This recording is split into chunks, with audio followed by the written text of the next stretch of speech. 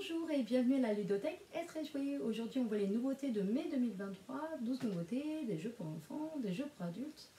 On va commencer par les jeux pour les enfants. On a Lapin et Magicien, qui est un tout premier casse-tête avec des belles pièces comme ça en bois que l'enfant va manipuler. Il y a 60 défis à réaliser, de 3 difficultés croissantes.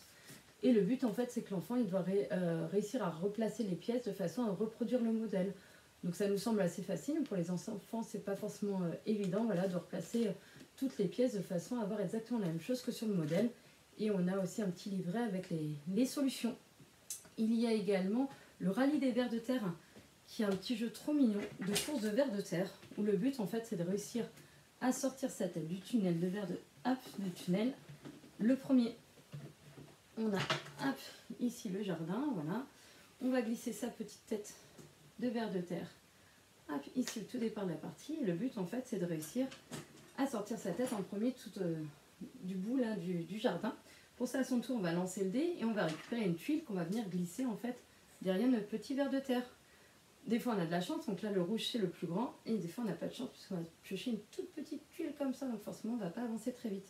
À deux moments de la partie on va pouvoir miser en se disant qu'on pense que par exemple le ver de terre marron il a eu de la chance, il a eu beaucoup de rouge par exemple.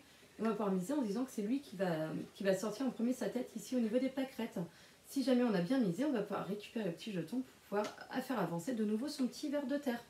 Et donc le but ça va être d'arriver en premier. Ce qui est sympa avec les enfants, c'est que les petits en fait souvent ils ont du mal à miser sur quelqu'un d'autre que eux, parce que forcément ils pensent qu'ils vont gagner. Donc c'est pour aussi leur apprendre que non, il faut quand même qu'ils observent tout ce qui se passe sur le jeu, et que les autres aussi peuvent gagner, donc il faut faire attention. On a cette famille Animaux du Monde, donc c'est un jeu de cette famille classique avec des animaux du monde entier, donc Amérique du Nord, Amérique du Sud, Afrique, Océanie, mer et océan et Asie, voilà. Et donc on va falloir constituer des familles avec 6 animaux pour chaque famille. Il y a le double sécurité routière, donc là c'est le classique double avec une image en commun entre deux cartes à chaque fois, sauf que là c'est sur le thème de la sécurité routière avec des véhicules, avec des panneaux routiers, etc. Donc ça change du classique double. Il y a Igloo aussi en jeu de société pour enfants, même famille, parce qu'il est plutôt assez intéressant. C'est un petit jeu de stratégie et d'adresse. On a un petit plateau de jeu comme ça sur lequel on va jouer. On a des petits jetons au tout départ de la partie, on en a plein.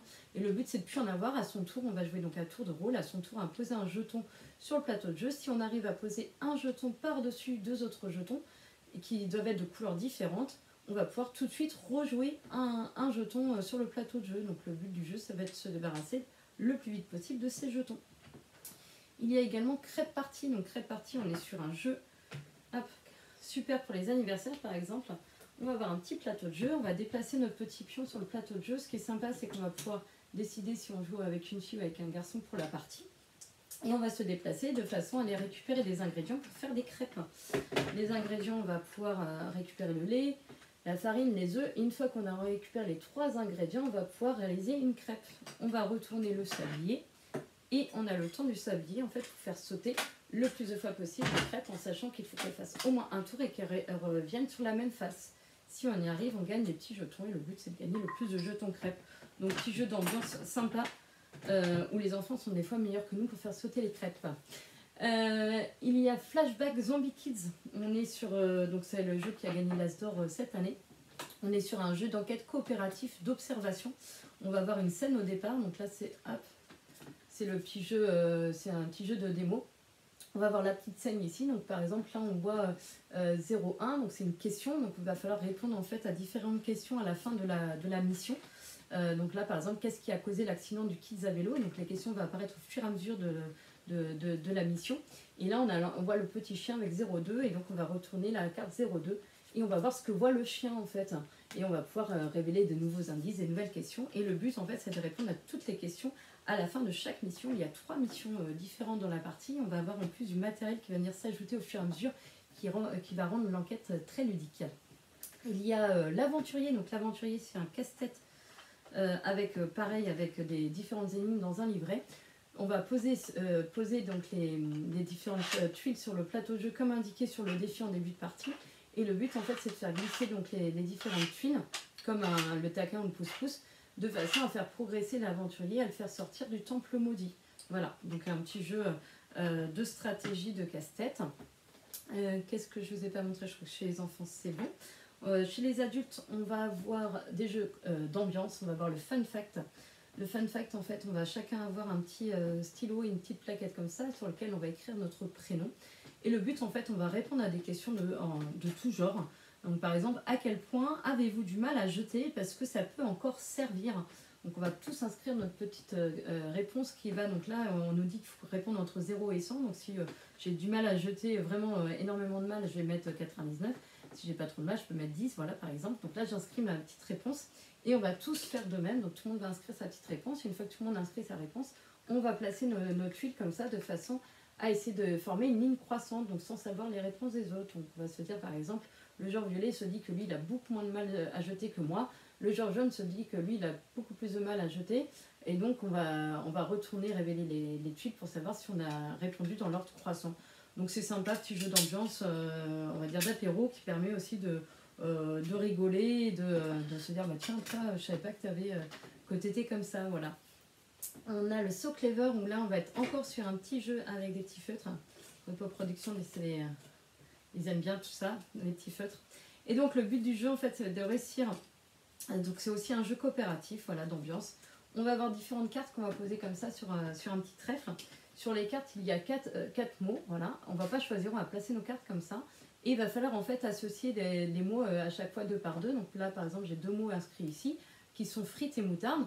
Et avec frites et moutarde, je vais me dire, bah, qu'est-ce que je pourrais mettre comme mot qui pourrait aller avec frites et moutarde? Par exemple, je pense à mayonnaise, donc j'écris mayonnaise.